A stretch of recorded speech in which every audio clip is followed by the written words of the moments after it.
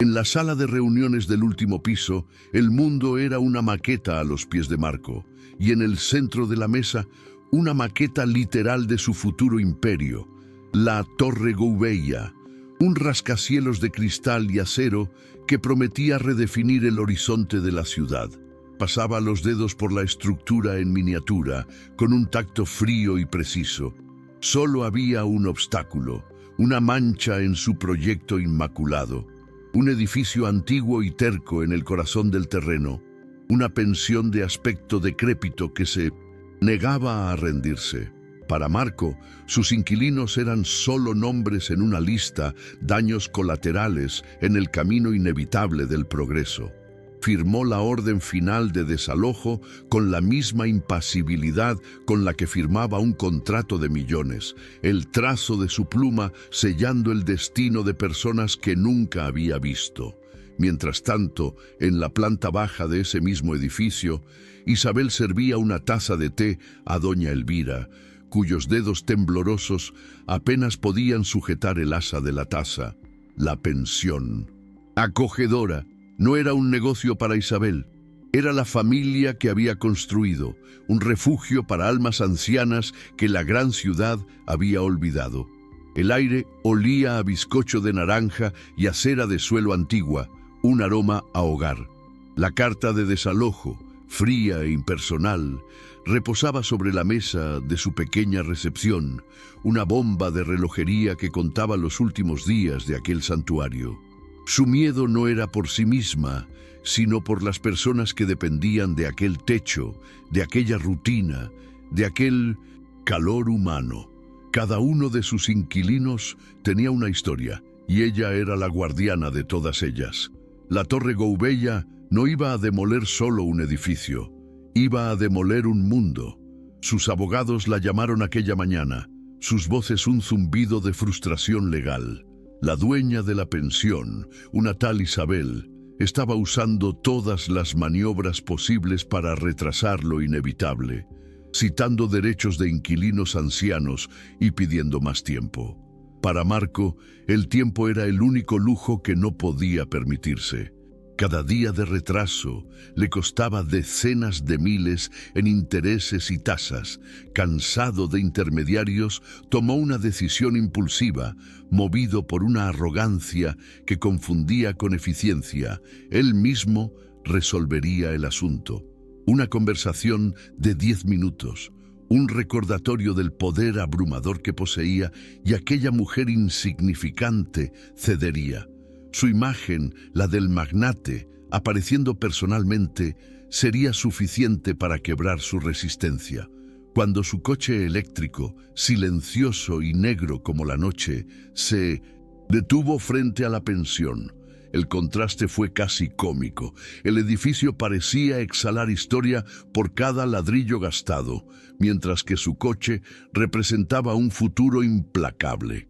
Marco salió, su traje hecho a medida pareciendo una armadura contra la sencillez del barrio.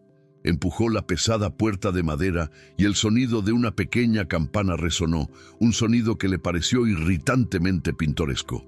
El aire adentro era denso, una mezcla de cera de abejas, té de manzanilla y la presencia fantasmal de innumerables vidas vividas. Encontró a Isabel detrás de un pequeño mostrador de recepción, regando una maceta de violetas. «Necesito hablar con usted, señora Isabel», dijo él, su voz desprovista de cualquier cortesía. «Tenemos que finalizar los términos de su salida». Ella lo miró, luego a la flor, y respondió con una calma que lo desarmó. «Mis términos son que mis inquilinos tengan un lugar a donde ir. ¿Tiene usted una solución para eso?» Su resistencia tranquila era más irritante que cualquier grito. «Tengo una solución en mi oficina», mintió él, «en el último piso». Ella suspiró, dejó la regadera y lo guió hasta el ascensor, una antigua cabina de hierro forjado y madera oscura.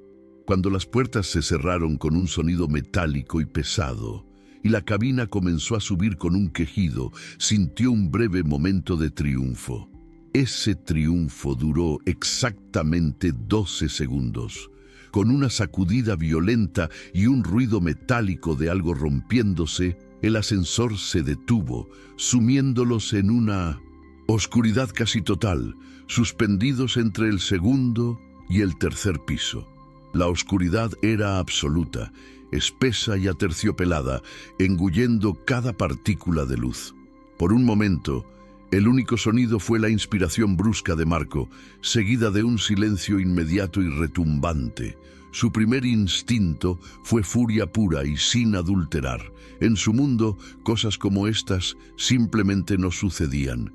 Los ascensores no se detenían, las luces no se apagaban y los CEOs de imperios inmobiliarios no se quedaban atrapados en cajas de metal con dueñas de pensiones tercas. Golpeó con el puño la pared de metal, el sonido sordo resonando en el espacio confinado. Su sensación de control, la base sobre la cual había construido toda su vida, se desmoronó en ese instante, dejándolo con nada más que una rabia impotente. A su lado, Isabel permaneció en silencio. Él no podía verla, pero podía sentir su quietud, una ausencia de pánico que era casi más irritante que la propia oscuridad. Escuchó el suave sonido de la tela de su vestido mientras se movía, luego el clic seco del botón de emergencia siendo presionado repetidamente, sin ningún resultado. Un momento después, una luz débil y azulada iluminó su rostro cuando activó la pantalla de su móvil. El brillo reveló su expresión tranquila y concentrada mientras buscaba una señal de red que claramente no existía. No parecía asustada, parecía simplemente estar lidiando con un problema más en un largo día de problemas. Y esa calma, esa aceptación resignada del caos, era un universo aparte de la furia calculada de Marco. El móvil de Marco, un dispositivo elegante que costaba más que el alquiler mensual de cualquiera de los inquilinos de Isabel, también era inútil. Sin servicio. La palabra en la pantalla brillante parecía una afrenta personal. Lo guardó en el bolsillo con un gesto brusco, su frustración burbujeando como magma bajo una fina corteza de autocontrol. «Esto es inaceptable», siseó él hacia la oscuridad, su voz tensa. «Este edificio entero es una reliquia peligrosa, una trampa. Usted pone en riesgo la vida de sus inquilinos todos los días. Esto solo demuestra que mi decisión es la correcta». Su rabia buscaba un objetivo y ella era el más cercano. La culpa no era del ascensor averiado, la culpa era de su terquedad, de su apego a un pasado que, a sus ojos, se estaba desmoronando literalmente a su alrededor. Isabel no respondió a su ataque. En cambio, la luz de su móvil iluminó sus manos mientras abría una pequeña trampilla de mantenimiento en la pared del ascensor. De un manojo de llaves que sacó del bolsillo, seleccionó una, antigua y de hierro, y la insertó en una ranura oculta. «Este ascensor tiene 80 años, señor Marco», dijo ella, su voz tranquila, desprovista de cualquier emoción. «Es más viejo que cualquier persona que vive en esta casa, y como las personas mayores, a veces solo necesita un poco de paciencia, no gritos». Giró la llave y una luz de emergencia amarillenta y débil se encendió sobre ellos, bañando la pequeña cabina en una luz fantasmagórica. Su calma era una muralla silenciosa contra la furia de él, una demostración de que, en ese pequeño espacio, era ella quien conocía el territorio. La luz amarillenta y temblorosa bañaba la pequeña cabina en un brillo sepia, como una fotografía antigua. En lugar de alivio, la luz le trajo a Marco una nueva forma de incomodidad. Ya no podía esconderse en la oscuridad y su furia parecía ahora infantil y fuera de lugar bajo aquel brillo fantasmagórico. Vio el rostro de Isabel con más claridad, las pequeñas arrugas de preocupación alrededor de sus ojos, la forma en que sus labios estaban apretados, no por miedo, sino por una profunda concentración. Ella no lo miró. En cambio, golpeó una secuencia rítmica en la puerta de metal. «Señor Aníbal», llamó ella, su voz clara, pero sin pánico. «¿Está ahí? El ascensor se ha atascado de nuevo». Hizo una pausa, con la cabeza inclinada, escuchando. Su competencia silenciosa era una acusación. Él, el constructor de torres, estaba impotente, mientras que ella, la dueña de la reliquia peligrosa, conocía sus secretos y sus ritmos. Ningún sonido vino del exterior, excepto el gemido lejano del viento afuera. El silencio volvió a instalarse, más denso que antes. Marco sintió la necesidad de llenar ese vacío, de reafirmar su control, aunque fuera una ilusión. «Cuando salgamos de aquí», dijo él, su voz intentando recuperar el tono de autoridad, «mi empresa la compensará generosamente por este inconveniente». Isabel se volvió lentamente hacia él, y en la luz débil su mirada era increíblemente penetrante. Ignoró por completo su oferta. «El señor Aníbal, del tercer piso», dijo ella, su voz suave. «Le tiene miedo a los espacios cerrados. Su padre era minero. Todas las mañanas baja por las escaleras, pero al final del día las piernas ya no le aguantan. Él confía en este ascensor. Dice que es la única forma de poder volver a casa». De repente, la conversación ya no era sobre un ascensor averiado. Era sobre un hombre llamado Aníbal, cuyas piernas cansadas dependían de aquella máquina antigua.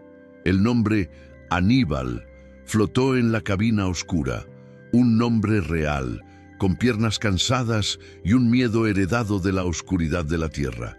Por primera vez, el proyecto de Marco dejó de ser una abstracción de hormigón y beneficios y adquirió un rostro humano y vulnerable. Imaginó a un hombre anciano, contando con esa máquina ruidosa para llevarlo al refugio de su hogar. Su instinto, entrenado por años de negociaciones, fue presentar una solución, transformar el problema en algo que pudiera resolver. «Mi nueva torre tendrá 4 ascensores de alta velocidad», dijo él, su voz intentando sonar razonable, pragmática. «Serán más seguros, más eficientes. El señor Aníbal no tendrá de qué preocuparse». Pensaba que estaba ofreciendo una mejora, una respuesta lógica, pero la mirada de Isabel le dijo que no había entendido nada. Ella negó con la cabeza lentamente, no con rabia, sino con una tristeza paciente. «Usted no lo entiende. El problema no es la velocidad del ascensor, es doña Elvira, del segundo piso, a quien le estaba sirviendo un té cuando usted llegó. Su marido murió hace 5 años, no tiene hijos. Su familia somos nosotros. Es el señor Aníbal llamando a su puerta para ver si necesita pan. Es doña Esther, de la planta baja, llevándole el correo para que no tenga que agacharse. En su torre de cristal», hizo una pausa, y su voz bajó, «estaría rodeada por 1000 personas y moriría de soledad. Aquí tienes 5 y nunca estás sola». Su voz no era acusadora. Era la voz de una guardiana describiendo su tesoro, un tesoro invisible que no constaba en ningún plano de arquitectura. Sus palabras cayeron sobre Marco no como una explicación, sino como un peso, aplastando su lógica de negocios bajo la fuerza de una verdad humana que había pasado años ignorando. Miró su rostro en la penumbra amarillenta. Ya no veía a una adversaria terca, sino a la guardiana de un ecosistema frágil e invisible. Cada nombre que mencionaba, Aníbal, Elvira, Esther, era un hilo en una red de afectos que mantenía ese pequeño universo en equilibrio. Su Torre Gouveia, con sus apartamentos de lujo y sus espacios impersonales, era un meteorito a punto de aniquilar aquel mundo. Por primera vez, su visión de progreso le pareció bárbara, una fuerza ciega que destruía sin comprender lo que estaba destruyendo. El silencio que se instaló ya no era el suyo, era el silencio de un hombre que se había quedado sin argumentos. De repente, su propia soledad lo golpeó con una claridad brutal. Vivía en un apartamento enorme y vacío, con una vista deslumbrante sobre una ciudad que conocía por encima, pero no por dentro. Tenía cientos de contactos en el móvil, pero a nadie a quien pudiera llamar a esa hora para decir simplemente: Estoy atrapado y tengo miedo. Su familia era una serie de almuerzos programados y de conversaciones superficiales. Su comunidad era su consejo de administración, una alianza de intereses, no de afectos. En aquel ascensor averiado, suspendido entre dos pisos de un edificio que quería demoler, Marco se dio cuenta de que él era el verdadero pobre, el sin techo emocional. Isabel, rodeada por su pequeña tribu de almas olvidadas, era la verdadera millonaria. Fue Isabel quien rompió el silencio, su voz suave cortando la introspección de él. ¿Está usted bien? Está pálido. Su pregunta no era de cortesía, sino de una preocupación genuina. La preocupación de una cuidadora nata que no podía ignorar el sufrimiento, incluso el de su adversario. Marco levantó la mirada y por primera vez permitió que ella viera más allá de su fachada de control. No, respondió él, su voz ronca, la palabra sonando extraña en su boca, acostumbrada a proyectar confianza. Creo que no estoy bien desde hace mucho tiempo. No era una táctica ni una confesión calculada. Era la verdad más simple y desarmada que había dicho en años. Y en ese espacio confinado y mal iluminado, su vulnerabilidad fue el primer ladrillo que colocó en la construcción de un puente, en lugar de un muro. En ese momento oyeron un sonido desde arriba. Un sonido de pasos arrastrados, seguido de un suave golpe en la puerta del ascensor, en el piso de arriba. «Doña Isabel, ¿está todo bien ahí abajo?», preguntó una voz masculina, temblorosa y envejecida. «Soy Aníbal». La luz del pasillo parpadeó y oí el ruido. Era él, el hombre de las piernas cansadas. Isabel apoyó el rostro en 1200, la puerta de metal. «Estamos bien, señor Aníbal, no se preocupe. Solo fue el ascensor que decidió echarse una siesta. ¿Usted está bien?». Su voz cambió, llenándose de un calor y una ternura que eran como una manta. Su conversación a través de la puerta de metal era un testimonio vivo de todo lo que ella había descrito. Marco escuchó y sintió una punzada de algo que apenas reconocía. Una envidia profunda, no por lo que esa gente tenía, sino por lo que eran los unos para los otros. La voz de Aníbal, frágil pero firme al otro lado de la puerta de metal, era un eco de un mundo que Marco nunca había conocido. «Yo estoy bien, hija mía. Solo no quería que se quedara usted ahí a oscuras. Voy a llamar al técnico, el señor Mario. Vive a 2 calles de aquí. No se preocupe, resolvemos esto». La simplicidad de esa interacción, la red de apoyo invisible que se activaba con un simple ruido, era más compleja y robusta que cualquier rascacielos que él pudiera construir jamás. Marco apoyó la cabeza en la pared fría del ascensor, cerrando los ojos. Su vida era una fortaleza de independencia, pero ahora se daba cuenta de que su independencia era solo otro nombre para el aislamiento. Nadie vendría a llamarlo si la luz de su pasillo parpadeaba. Su conserje le enviaría un correo electrónico. Isabel escuchó el intercambio de palabras con el señor Aníbal y luego el profundo suspiro de Marco. La furia de él se había evaporado, dejando atrás un vacío que era casi palpable. Sintió una punzada de compasión por aquel hombre que de repente le parecía tan perdido como uno de sus inquilinos en un mundo que ya no entendía. «El señor Mario es nuestro técnico no oficial», dijo ella, su voz llenando el silencio, no con tensión, sino con una historia. «No le cobra nada a doña Elvira desde que falleció su marido. Dice que el señor Elvira le consiguió su primer empleo. Las deudas de gratitud aquí en el edificio son más fuertes que cualquier contrato».